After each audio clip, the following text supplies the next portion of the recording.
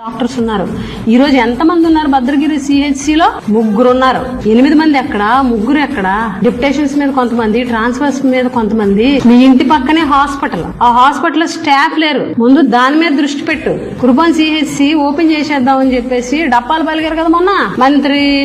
మీరు చూస్తాం 3 months లో ఓపెన్ చేసేస్తామన్నారు కదా మంత్రి. చూస్తాం ఎంతవరకు ఓపెన్ చేస్తారు. కంప్లీట్ అయిపోయి చిన్న చిన్న మౌలిక వసతులు పూర్తి చేసి ఆ సిహెచ్సిని, ఆ ఎక్స్టర్నల్ బిల్డింగ్ ని ప్రజలకు అందించడం చేత కాదు కానీ మా మీద విమర్శలు చేస్తారు మీరు.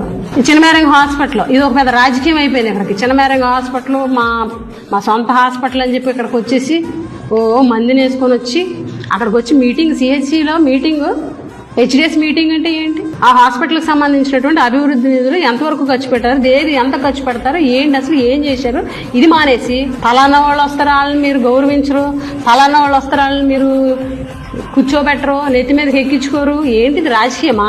చిన్నమేరంగ హాస్పిటల్ ఎప్పుడైనా రాజకీయాలు ఉన్నాయా? దరిద్రంగా తయారు చేశారు మీరు. హాస్పిటల్ ఈ రోజు ఎంతమంది స్టాఫ్ ఉన్నారు? ఎలక్షన్ ముందు ఎంతమంది ఉన్నారు? ఇప్పుడు ఎంతమంది ఉన్నారు? 3 ఉన్నారు. మిగిలిన వాళ్ళు లేరే? ముందు స్టాఫ్ మీద దృష్టి పెట్టండి.